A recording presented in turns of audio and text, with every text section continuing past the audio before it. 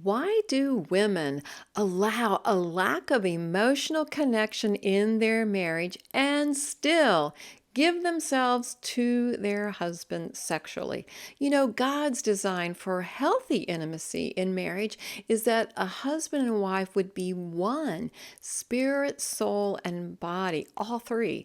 That is what healthy intimacy looks like. Hi, I'm Mary Whitman Ortiz of Limitless Intimacy, bringing you the best tips and tools to create great intimacy in your marriage. On this channel, we talk about communication strategies and intimacy made simple steps, all from a Christian point of view. So if you're new here, please consider subscribing. As a relationship coach, I hear all kinds of stories, and a lot of times these issues just keep cycling around again and again. And truthfully, I've chosen a few points here, and I'm just going to go a little bit on a rant because it breaks my heart when I see relationships that could be so meaningful and wonderful, and yet there are these obstacles that are huge blocks, and sometimes it's just a blind spot. So I believe if we bring it to the light, then that could help. Helping is my goal. So here's today's question. Why do women allow a lack of emotional connection in their marriage and still give themselves to their husband sexually? And I have some reasons for you to listen to, but I want you to stay until the end because I have the ultimate truth on connection in a bite-sized truth that you can take with you. Okay, so reason number one that this happens: women make excuses for their husband. I'm sure they feel that there's something noble in there and honoring. I mean, there's that undercurrent of, no, we can't say anything negative about our husbands, except that you don't really want to live that way because we need each other. We need things to be brought to the light. We need to have truth. Otherwise, we're living this shallow imitation, this fake relationship, which nobody can really show up in. And some of those excuses are like, he's busy. He's trying. It's just not his nature. And while there's some logic in that, that is not the place you want to stay.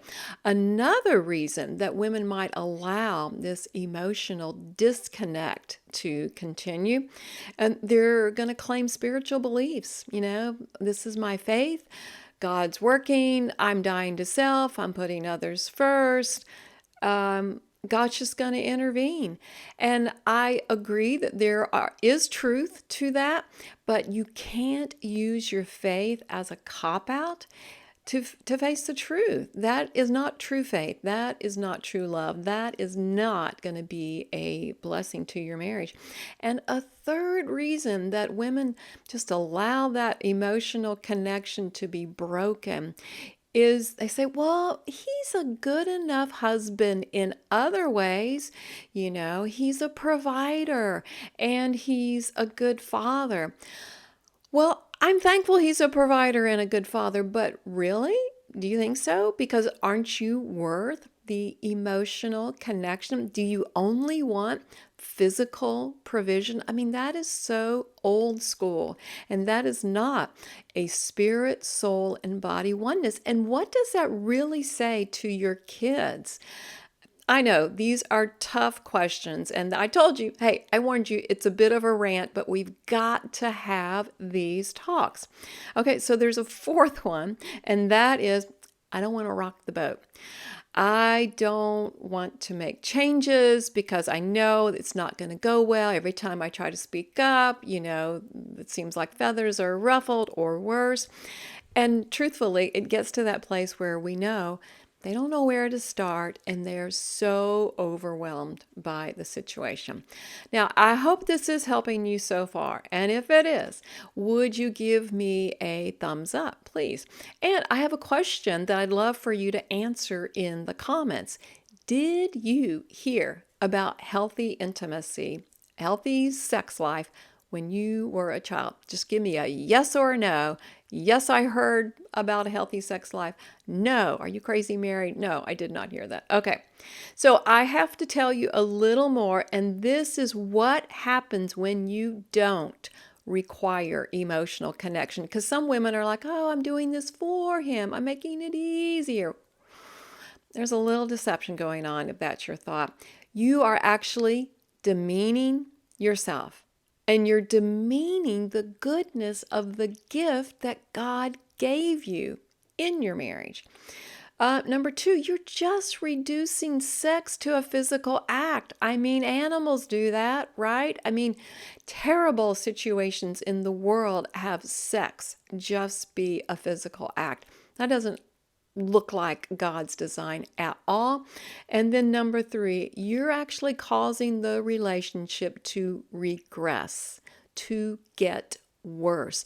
You're not saving your husband from something by not speaking up. You're making things worse. And if you're hearing me and you're a woman, hey, if you're a husband, you can lovingly share this as well. But if this is reaching your eyes and ears, then it's exciting because you now have accountability, but also empowerment. So it is your time to take action. And hey, we are starting off a new year. I want 2024 to be amazing for your marriage. And these are some of the hard and important steps that you have to take. So I hope this has been good information. If you need some more support, please ask about the Dream Team Marriage Program, because it is the bomb. It is the place where we really unpack how that you can make intimacy that sweet spot that you've always hoped that it would be. And I promise you, it really is out there. Okay, what is that ultimate truth on connection that I wanted you to stick around for? Well, if you're not getting closer, you are automatically getting farther apart. There is no coasting in marriage. So anything you put on the back burner and you just thought, we'll get to it sometime. No, things are getting worse unless or until you decide it's time to take action. I hope it's time for you to take action now.